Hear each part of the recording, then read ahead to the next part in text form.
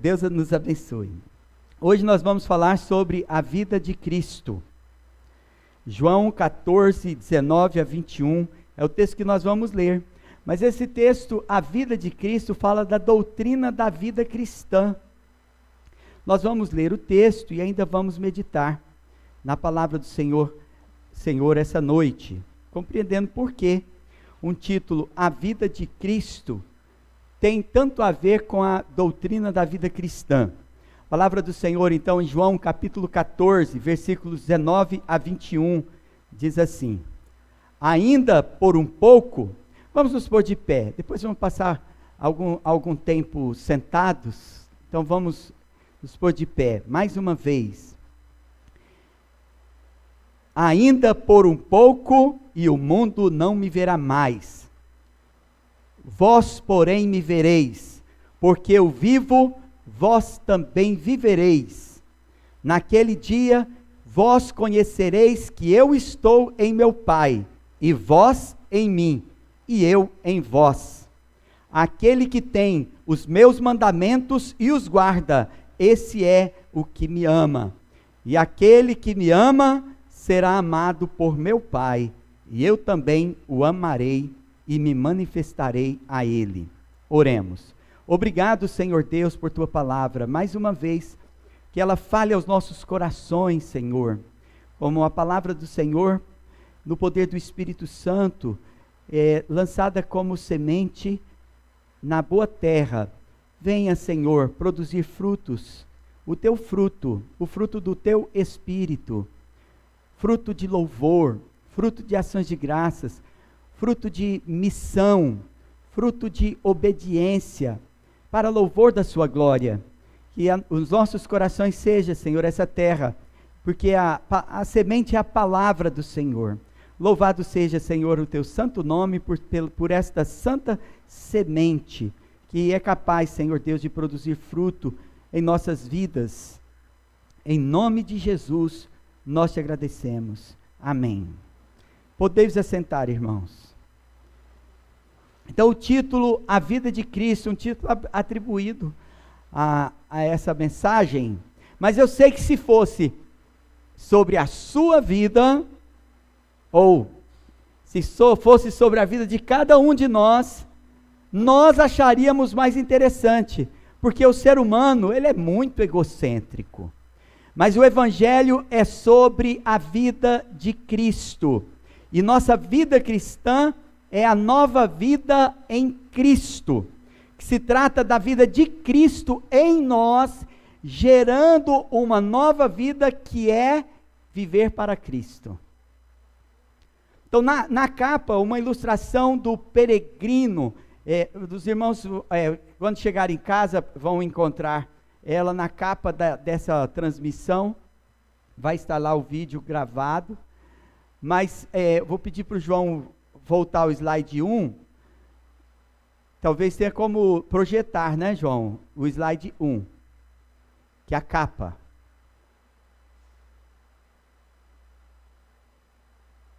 Isso, quem já leu o livro O Peregrino, sabe que aí o peregrino chega diante da cruz e ele trazia um fardo atado às suas costas. E ele deixaria o fardo arrependido. Ele se livra do fardo pesado do pecado, o qual ele trazia então ali atado às suas costas. Livrou-se dele quando conheceu a Cristo. A obra O Peregrino narra o progresso do peregrino. O cristão, ele começa o seu caminho e trajetória, mas o livro, ele é focado no Evangelho, ele aponta para o Evangelho. O que ele anuncia é sobre Cristo, o único e suficiente Salvador. Então a vida de uma pessoa, ela não continua a mesma quando Cristo entra na sua história. Ele muda. Nós podemos ver isso na vida de Paulo. Quando Paulo teve esse privilégio, Cristo entrou na sua história. Antes, ele julgava estar prestando culto a Deus, perseguindo os irmãos. Mas quando Cristo entrou na sua história, a vida dele mudou. Não mudou como os pregadores modernos fazem, né? Diz que ele passou a viver uma vida de prosperidade. Os problemas dele acabaram e ele passou a triunfar. A carreira dele decolou. Não foi isso que aconteceu. A vida dele mudou. Ele passou de perseguidor dos irmãos a ser um irmão perseguido por causa de Cristo. Então, o único remédio para um coração endurecido é a vida de Cristo, gerando nele nova vida. Sem o Espírito, nós somos como órfãos. E quando a gente fala da paternidade de Deus, da sua ajuda e proteção, a gente fala certamente de coisas muito naturais e certamente lícitas de pensar, como nossa proteção espiritual e também como nosso protetor e ajudador nas nossas demandas cotidianas. Mas nós devemos pensar também que antes nós estávamos expostos à fraude, à injustiça. Nós estávamos incapazes de fazer o bem, estávamos desgovernados. Em suma, nós estávamos inaptos para fazer qualquer coisa boa, mas Cristo então entrou na nossa história e mudou isso. O único remédio para esse estado que eu mostrei é Cristo. Alguns podem pensar que podem se livrar de estarem expostos à fraude, injustiça, incapazes e desgovernados, inaptos para todo o bem apenas por uma nova moralidade ou uma filosofia mundana. Mas o único remédio para isso é que Cristo governe por intermédio do seu Espírito. E Ele prometeu que fará. Os discípulos, eles são lembrados aqui de sua fraqueza. Eles deveriam a partir de agora suspeitar de si próprios. E em nada confiar, senão na proteção de Cristo. E então Cristo injeta neles bom ânimo. E declara-lhes que nunca, jamais os deixaria. Então isso se dá através do poder de seu Espírito Santo. Porque ele diz: virei para vós, mas ele estava para ser tirado. E mostra, então, de que maneira passa a habitar em seu povo, e de que maneira, então, a graça do Espírito Santo, de forma extraordinária, estaria com eles, todos os dias, até a consumação dos séculos. E certamente que isso ultrapassa aqueles primeiros discípulos que receberam essa promessa. E Cristo está conosco pelo seu Espírito Santo até o fim do mundo. Isso prova também que Ele é um com o Pai na unidade do Espírito. Quantas pessoas você conhece que se dizem cristãs, mas que nunca viveram uma nova vida em Cristo? A vida de Cristo nunca produziu nenhum fruto neles. E eles nunca o conheceram, porque eles não estão unidos a Ele. A vida de Cristo é a causa da nossa nova vida. Isso é muito importante para nós. Essa afirmação, ela é muito importante para nós. Se a vida de Cristo é a causa de nossa nova vida, então nós devemos nos lembrar de 3 realidades. Você pode estar enxergando muito mais nesse texto do que eu no momento, mas caminhe comigo nessas 3 realidades que resultam da vida de Cristo, as quais caracterizam a nossa nova vida. Então, na medida do possível, nós podemos verificar essas 3 realidades. A primeira é viver para Cristo. e ela está também ligada às outras duas. Viver para Cristo, união com Cristo. E a terceira, obediência de Cristo. Então, a primeira realidade, viver para Cristo. Vamos ler novamente o versículo 19 de João 14.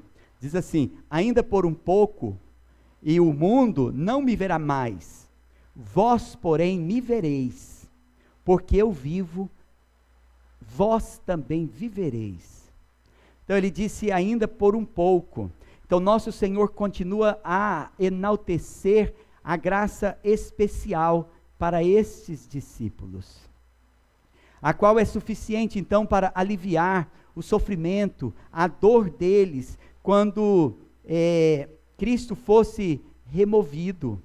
Toda a tristeza do coração dos discípulos poderia ser tirada, porque o Espírito Santo foi prometido e realizaria essa graça de retirar deles a tristeza, quando fosse tirado deles o Salvador. Aquele que estava com eles corporeamente, agora poderia ser confortado.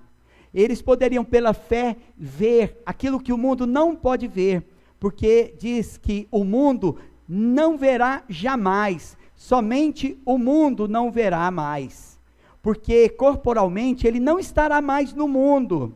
Sua presença e sua ausência não pode ser percebida de maneira carnal. Os olhos da fé devem contemplar o poder de Jesus, atuando na igreja, de tal forma que os crentes, eles terão sempre a Cristo presente por meio do Espírito Santo, e só quem tem o Espírito Santo pode ter essa percepção da presença de Cristo, e verão ainda que esteja corporalmente distante, verão a Cristo, porque eu vivo, vós também vivereis. Então só quem tem a vida de Cristo pode ver. Mas de que maneira você pode ver a vida de Cristo? Se não em ver os cristãos vivendo a vida de Cristo, Cristo vivendo neles. O significado dessa afirmação é que os crentes viverão porque Cristo vive. Extraímos aqui dessa afirmação a doutrina da vida cristã. Poderia ser a doutrina da vida de Cristo, mas a vida de Cristo, ela se une à nossa vida de tal forma que ela é a causa da nossa vida. E a diferença desse viver a Cristo é que nós vemos a Cristo, mas o mundo não vê. Ele não pode vê-lo. E mesmo que o mundo veja, não o reconhecerá, mas odiará profundamente aqueles que o imitarem, porque o mundo não recebeu quando ele foi visto corporalmente, não o recebeu, não fez caso dele, ou odiou e o quis matar. Então isto ocorre quando vivemos de conformidade com a vida espiritual que Cristo promete dar, quando nos envia então o Espírito Santo, da qual o mundo está privado. O mundo não vê a Cristo. Isto não é de se admirar. A cegueira do mundo leva à morte, mas nós podemos ver a Cristo e sermos guiados por Cristo. Então nós somos guiados para a vida. Então logo alguém começa a viver pelo poder do Espírito Santo, os seus olhos são abertos para ver a Cristo. E a nossa vida então está conectada com a vida de Cristo, procedendo dela, que é a fonte da vida. Antes nós parecíamos viver para o mundo, agora nós estamos mortos para o mundo. Antes nós achávamos graça na vida, agora nós fomos encontrados pela graça de Deus para vivermos a vida de Cristo. A vida da qual nos gloriamos anteriormente era a morte. Agora, viver a Cristo é vida, ainda que seja morrer para o mundo e viver para Cristo. Então, isto é o que Cristo quer que seus discípulos vivam, expressem, preguem, que nós agora, conhecendo o Evangelho de Cristo, vivamos também e preguemos com as nossas palavras e também com o nosso modo de vida, com o nosso viver. Viver para Cristo, morrendo para o mundo, porque nós não vivemos mais para agradar o mundo, não vivemos mais para fazer aquilo que nós somos impulsionados a fazer, mas para a obediência, que nós vamos tratar mais adiante. Nós sabemos que desfrutamos da verdadeira vida quando nós desprezamos a vida falsa, que a vida no mundo, ela é falsa. O mundo vive a escravidão, e nós vivemos a libertação, que só Cristo pode promover. Os nossos olhos, eles têm que se direcionar a Cristo, e a sua vida, e essa vida então é comunicada pela fé, e nossa consciência então é plenamente convencida de que viver assim é viver verdadeira vida, enquanto estar longe de Cristo é tão desprezível para nós, quanto aterrorizante é a morte. Nós queremos viver para Cristo, livres de todo perigo e de destruição espiritual, ainda que isso custe a nossa própria vida, nós queremos viver. É uma verdade que nós cremos, estamos dispostos a morrer por ela, e é inquestionável, nossa vida nada seria sem Cristo. Então, sem Cristo, nossos membros estariam mortos, porque não produziriam boas obras. Nós não podemos fazer o bem e glorificar a Deus, porque Cristo não vive em nós, mas Cristo vive em nós. Então, viver para Cristo é morrer para o mundo.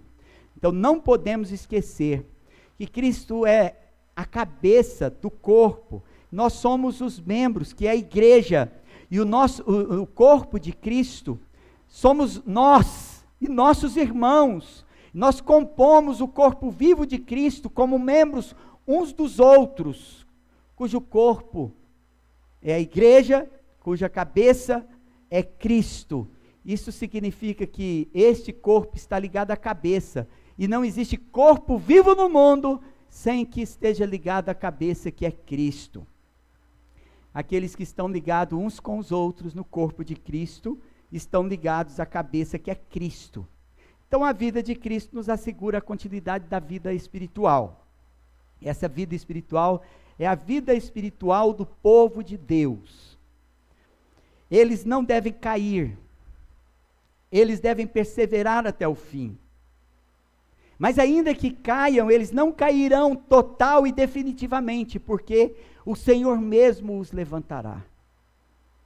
Porque o corpo de Jesus Cristo segue em marcha para a eternidade, assim como a cabeça.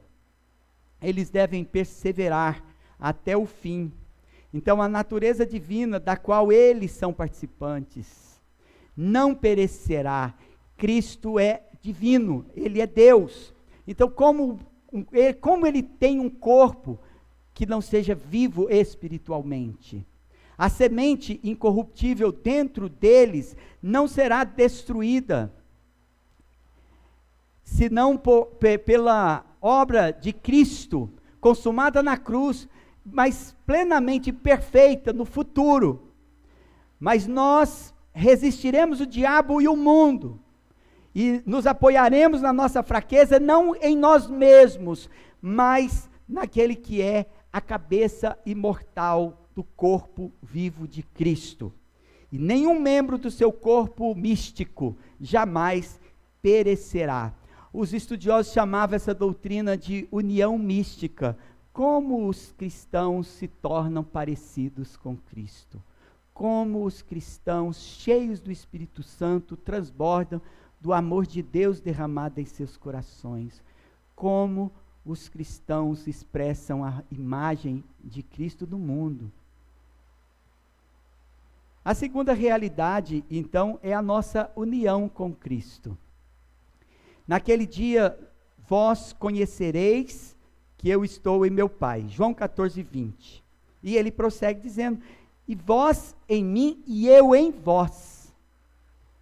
Então, naquele dia significa um único dia desde o tempo em que Cristo exerceu o poder de seu Espírito até a ressurreição final.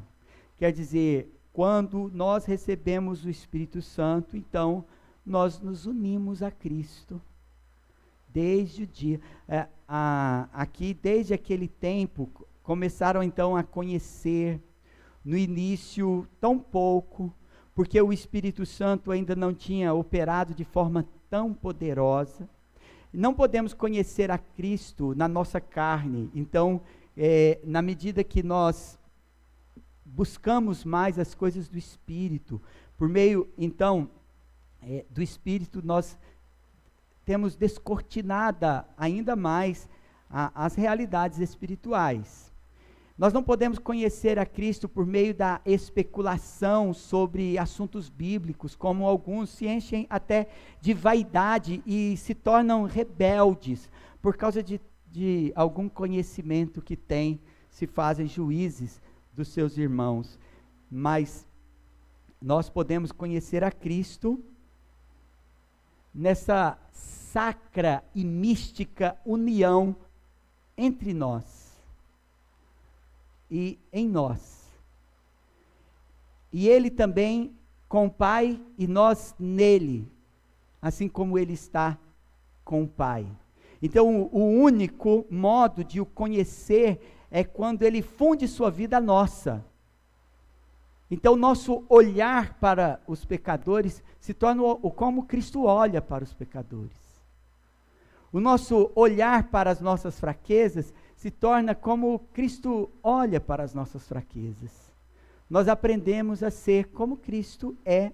Cristo fala tanto da sua essência eterna, quanto do poder divino de Cristo que se manifesta em nós.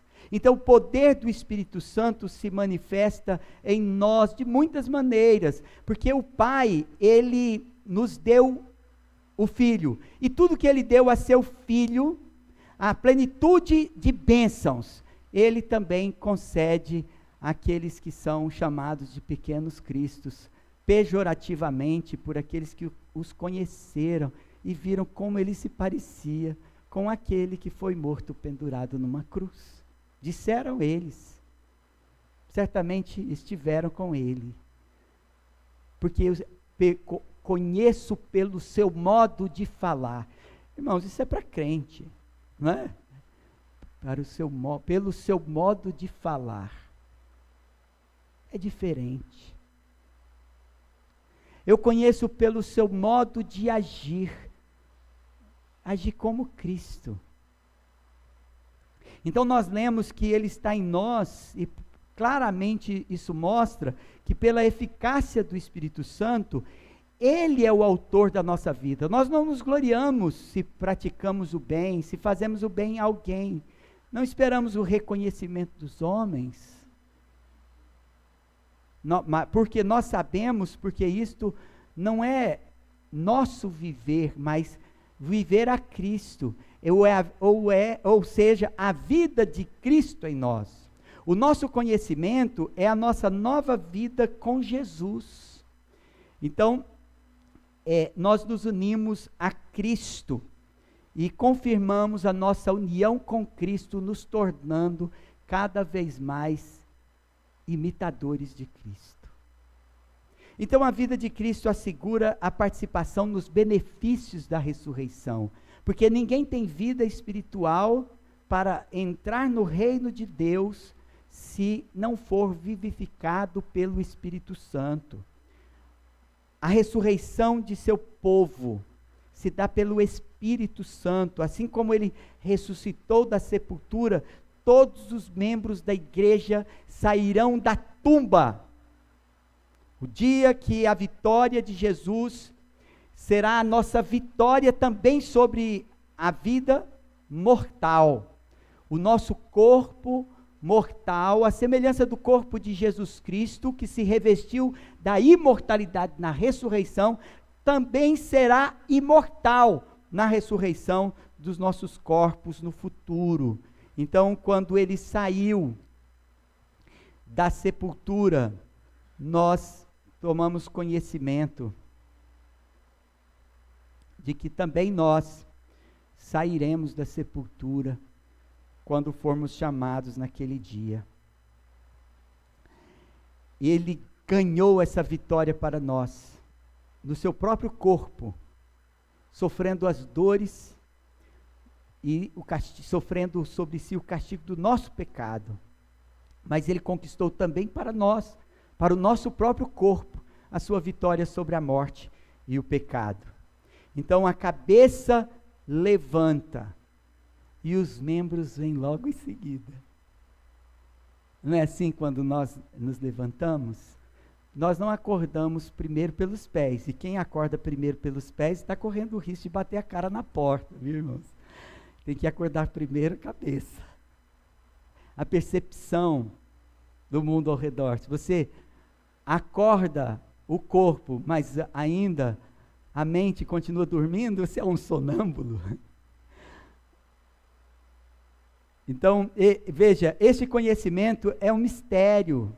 Qual é o segredo? A união visível com o Salvador invisível. Cada filho de Deus está visivelmente ligado ao trono. É governado por Cristo. Ele veio inaugurar o reino de Deus. Quando a gente fala em reino de Deus, a gente às vezes só quer pensar no reino que virá, quando vier com os anjos. Mas ele já é uma realidade, porque ele nos governa. E o seu trono não pode ser abalado. Então, nós não precisamos ficar abalados. Nós não precisamos ficar alarmados. Nós temos então uma palavra confortadora aqui para nós. Porque Cristo vive, viveremos. Então a terceira realidade é a obediência de Cristo.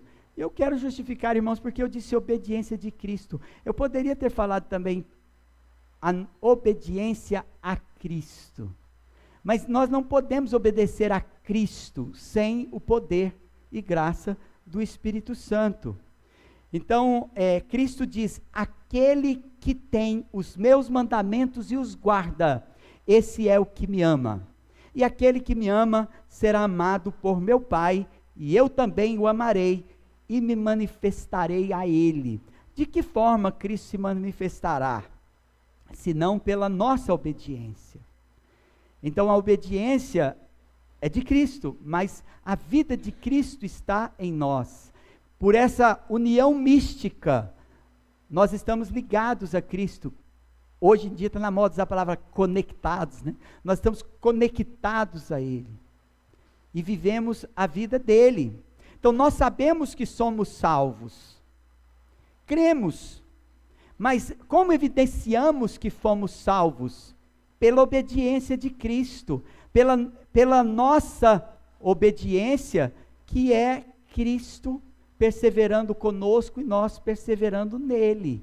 Do contrário, a nossa salvação seria pelas obras, se nós disséssemos assim, não, porque nós praticamos boas obras, nós fomos salvos. Não, nós praticamos boas obras porque fomos salvos para praticar boas obras.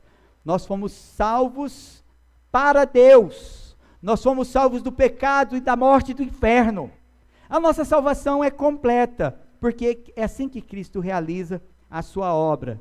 Então, por que Cristo diz, aquele que tem os meus mandamentos? Porque nós deveríamos procurar os cristãos, os verdadeiros cristãos. Nós identificaríamos uns aos outros pela obediência aos mandamentos. Nós vivemos tempo de muita desobediência, e nós sabemos que isso é uma péssima evidência.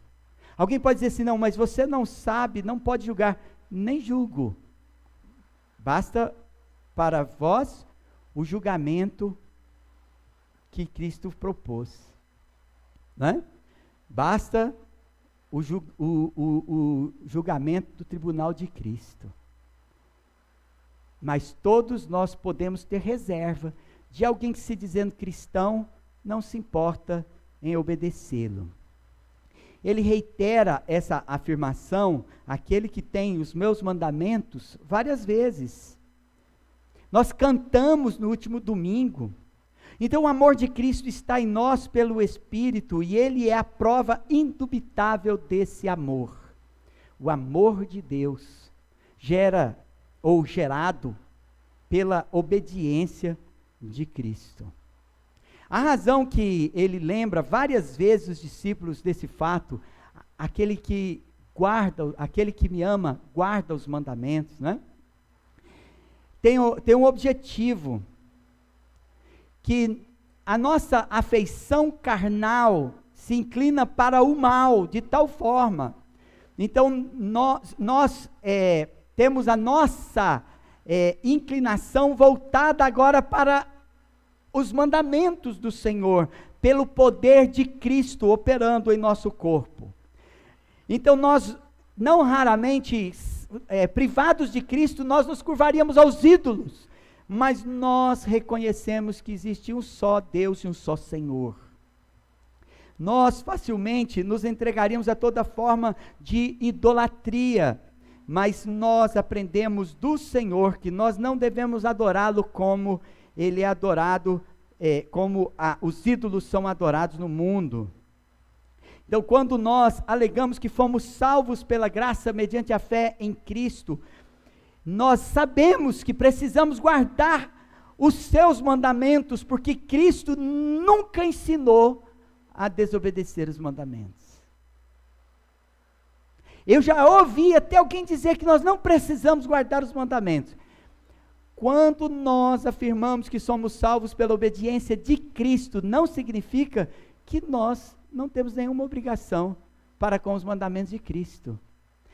É que se torna tão natural a nossa obediência aos mandamentos, que essa é realmente a evidência de que nós conhecemos a Cristo, e Cristo habita em nós, e nossa vida é a vida concedida por Cristo. No versículo 15 diz: se vocês me amam, guardarão os meus mandamentos. E não é que nós recebemos o amor de Deus derramado em nossos corações pelo Espírito Santo? Nós não amamos a Cristo? Por acaso nós não amamos os nossos irmãos em Cristo? Por acaso o amor de Cristo derramado em nossos corações também não nos enche de amor pelo perdido no mundo? Nós não amamos o sofredor, o aflito. A obediência de Cristo nos foi imputada para a nossa salvação, para que nós nos tornássemos ruins como o diabo? De forma alguma, mas que nós naturalmente nos conformássemos à imagem de Cristo. E a evidência de que o Espírito de Cristo habita em nós é que aquele que ama a Cristo será amado pelo Pai. E certamente nós não podemos estar andando com Cristo em guerra com o Pai, porque são um. Cristo fala como se os homens pudessem amar a Deus. Veja que eles não podem amar a Deus antes de serem amados por Ele. Que Deus nos amou primeiro e nos deu o seu Filho, então o amor do Filho está em nós. Então nós amamos o Pai, e o Pai então nos ama. Então somente Cristo nos reconcilia com Deus. Romanos 5,10 diz: porque se nós, quando inimigos, fomos reconciliados com Deus mediante a morte do seu Filho, muito mais, estando já reconciliados, seremos salvos pela sua vida. Então, é possível você acreditar só por seu próprio mérito religioso, porque trocaram as obras que os homens podem fazer por outros homens, por obras religiosas. Aí disseram para eles que eles têm que repetir algumas palavras. Então eles fazem a oração do pecador. Então eles declaram que aceitaram a Jesus, então eles se tornaram salvos, e uma vez salvos, salvos para sempre, só porque um dia na vida confessaram a Cristo como Senhor. Mas isso não está na Bíblia, isto é mentira. Nós somos salvos porque fomos reconciliados com Deus. E de que adianta cumprir um rito e nos tornarmos membros de uma igreja por uma confissão, por votos, promessas, e sairmos daqui não reconciliados com Deus e indispostos para com os seus mandamentos?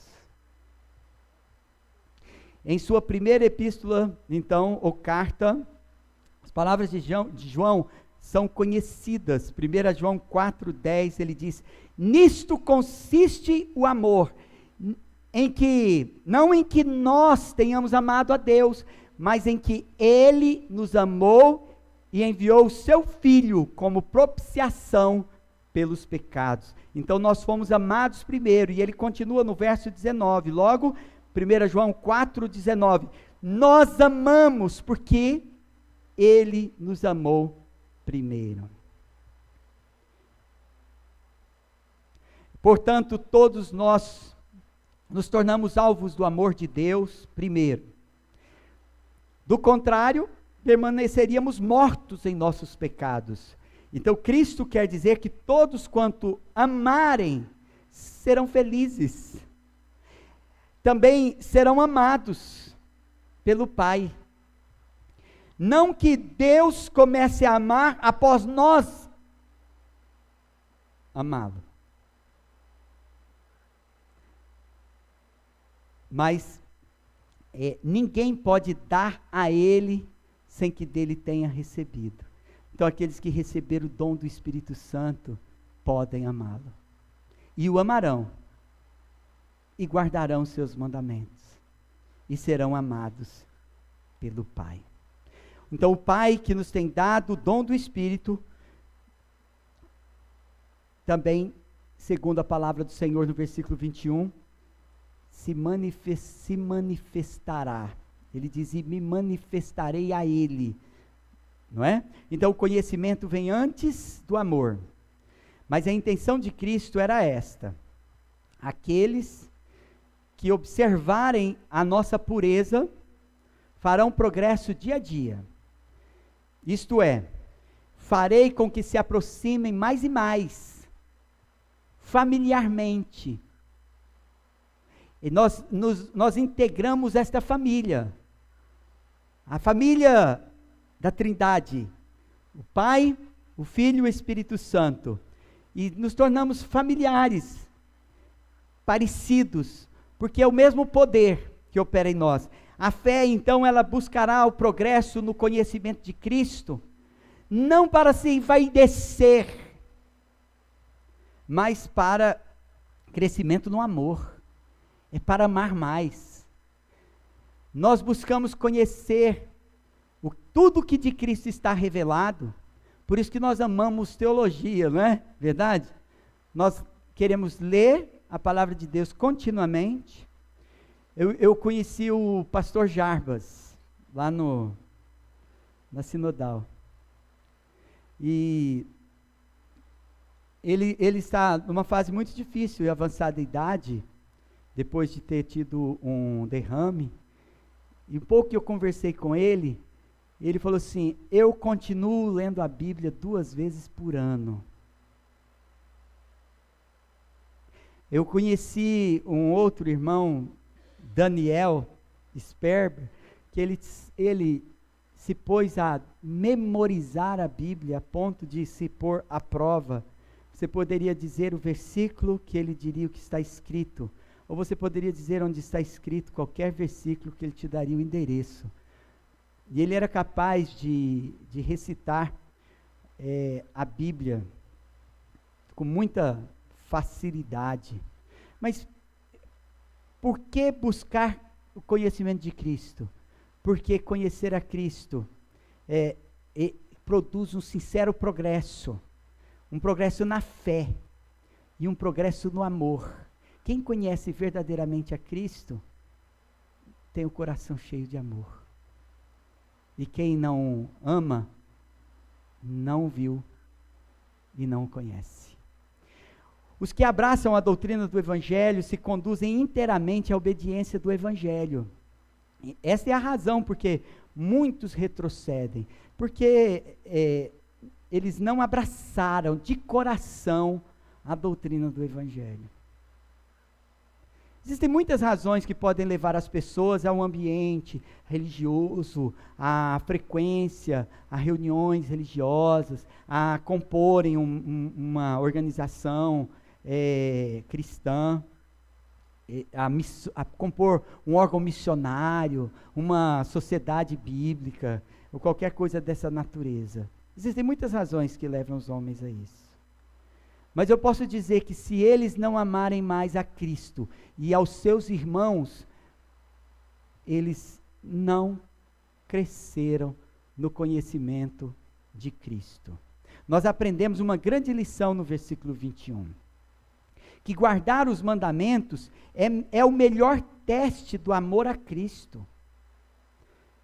E é interessante, quando nós nos tornamos negligentes com esses meios de graça, hoje nós vimos sobre meios de graça, um deles é deixando de congregar, quebrando o dia do Senhor descaradamente.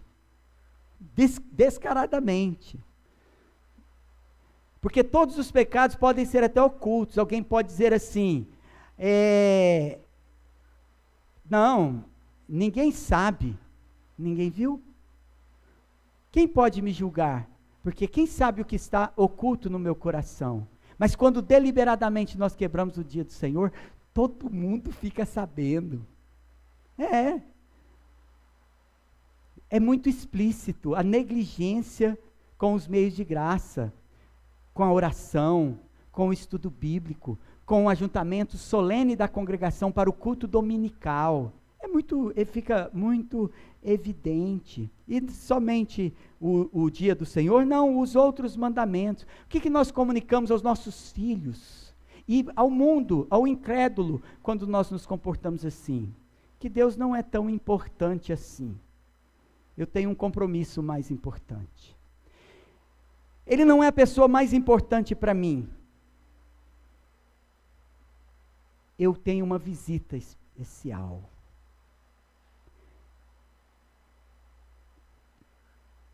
Ele não é um motivo suficiente para mim. Eu tenho outros motivos suficientes.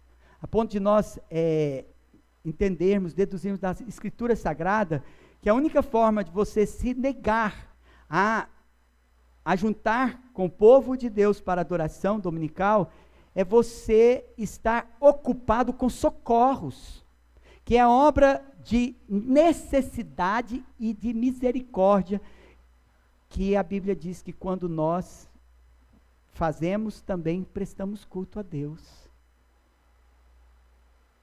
Mas geralmente as pessoas trocam o culto dominical por divertimentos, por banquetes. Pode ter alguma coisa mais prazerosa para nós do que o culto? Pode ter algo mais nutritivo e saboroso para nós do que esse banquete? Mas quando nós estamos obedecendo o mandamento, e amar a Deus sobre todas as coisas e ao próximo como a nós mesmos, não é algo apenas sobre religião. Guardar os mandamentos significa que estamos fazendo a vontade de Cristo, andando nos caminhos de Cristo, e esta é a prova de sermos crentes. Bons sentimentos e desejos são inúteis, se não forem acompanhados de ação. Aliás, concordar com tudo que o pastor prega no domingo, mas não anotar uma decisão para segunda-feira, mesmo que seja aqui, né? Nem todo mundo anota aqui, mas mesmo que seja aqui. Não tomar uma decisão de mudar de vida, não significa nada, não prova nada, é escândalo, até o nome santo do Filho de Deus. As nossas palavras são sempre acompanhadas de ação. Um sermão sempre sucedido pela obediência a Cristo. Aliás, todos nós concordamos que devemos fazer o bem e não o mal. Então por que é que às vezes nos tornamos tão maus? Mas o Espírito Santo, ele vem em nossas almas e nos dá clareza de consciência, que isso é uma obra do Espírito Santo. Alguns ouvindo essas exortações ficam revoltados, e se volta contra o pregador, fala assim, ele trouxe uma carapuça para mim. Ele está falando isso por causa daquilo, porque realmente o pastor ouve coisas e vê coisas, que se ele depois não poder pregar o sermão dele livremente, ele fica impedido até de pregar. Mas certamente isso só prova que a carapuça serve, porque ela foi feita no nosso número mesmo, ela chega assim, encaixa direitinho, não é? Onde está o Espírito Santo, haverá uma vida de santidade. Onde estiver o Espírito Santo, coração cheio do Espírito Santo é um coração devotado, temperado, nas palavras, nas ações, esforçado, engajado na missão, governado por Cristo, por sua palavra. E Jesus Cristo gasta um tempão com os seus discípulos, ensinando a respeito dessas coisas. E muitas páginas do Evangelho, daquilo que nós chamamos de Sermão do Monte, onde ele passa a ensinar os 10 mandamentos. Tem gente que acha que tem que banir os 10 mandamentos da formação dos discípulos. Não! Deixar de ensinar? Não! É preciso intensificar. Alguns entenderam que depois era preciso deixar de recitar. Antes nós recitávamos no culto público os 10 mandamentos. Muitas vezes são formas de nos fazer lembrar que quem ama a Cristo guarda os mandamentos. Claro que as nossas melhores obras são imperfeitas. E as boas obras dos crentes, a Bíblia diz que são como trapos de imundície. Imagina, irmãos, se nós não nos aplicarmos nas boas obras e abandonarmos tudo que nos foi ordenado, como seremos tratados pelo Pai? Nós sabemos que sempre estaremos na presença do Pai humildemente, pelos merecimentos de Cristo, mas isso não significa que podemos nos tornar negligentes e indolentes. Negligente é o faltoso, indolente é o preguiçoso, mas normalmente a indolência vem acompanhada da negligência, ou seja, a preguiça vem acompanhada do abandono do serviço cristão. Mas a fé no sangue de Cristo nos assegura a nossa salvação, e a obediência de Cristo a nossa entrada na glória. Mas enquanto caminhamos aqui, devemos buscar o amor de Deus e sermos cheios do Espírito, de tal forma que o mundo veja. E também nós somos advertidos que, embora não sejamos lançados no inferno com o diabo e seus anjos, porque fomos salvos por Cristo, nós estamos sujeitos à disciplina de Cristo, o amor do Pai que corrige o Filho que ama. Nós chamamos essas penas de penas temporais. Então, pela obediência amorosa à vontade de Cristo, quando nós professamos nossa fé, nós professamos amar a Cristo. Aí tudo aquilo que professamos, crer e obedecer, é uma evidência de que aquela nossa profissão de fé não é falsa. João 21:17 diz assim: pela terceira vez Jesus lhe perguntou: Simão, filho de João, tu me amas? Pedro entristeceu-se por ele lhe ter dito pela terceira vez: tu me amas? E respondeu-lhe: Senhor, tu sabes todas as coisas, tu sabes que eu te amo. Jesus lhe disse: apacenta as minhas ovelhas. Veja que Jesus Cristo segue a lógica daquilo que ele havia ensinado aos seus discípulos, que aquele que me ama, obedece. E daquele dia em diante, não era mais o Pedro, pescador de peixes, mas o Pedro, pescador de almas.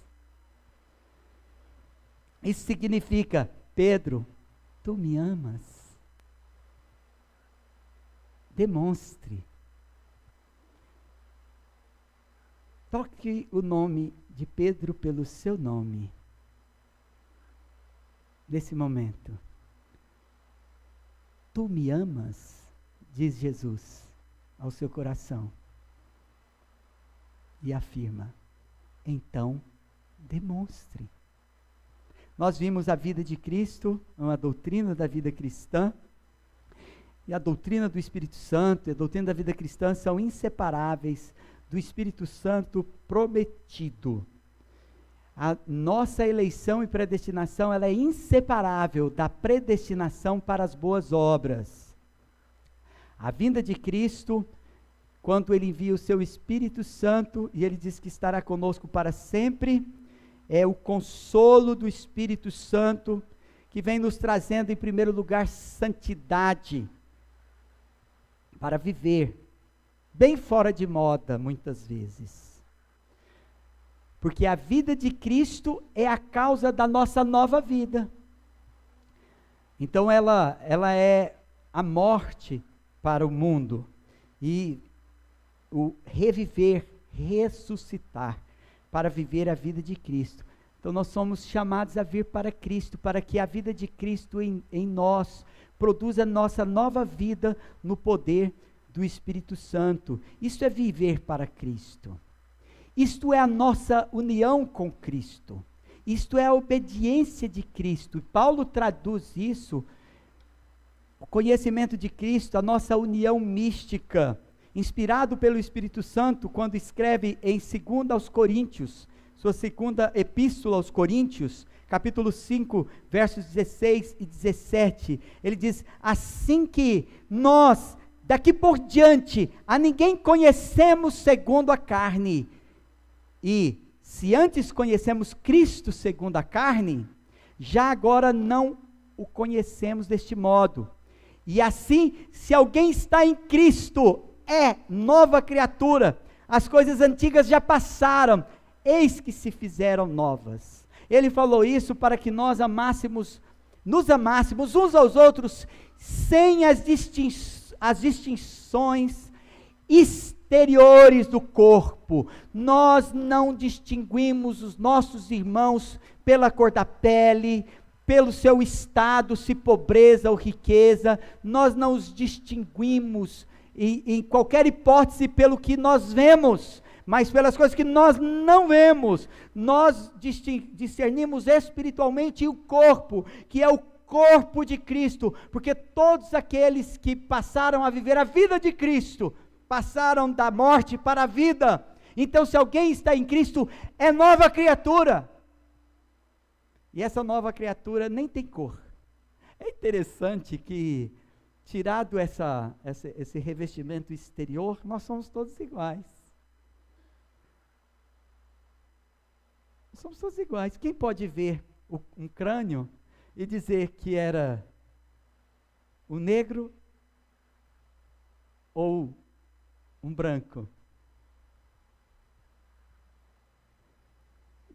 Nós, interiormente, de forma surpreendente, temos órgãos que servem uns para os outros, independente de cor e de raça. A ciência provou como nós somos iguais. Que às vezes a semelhança que eu não posso encontrar em mim, no meu filho, eu posso encontrá-la no meu inimigo. A ponto de receber transfusão de sangue e tratamento médico por um doador.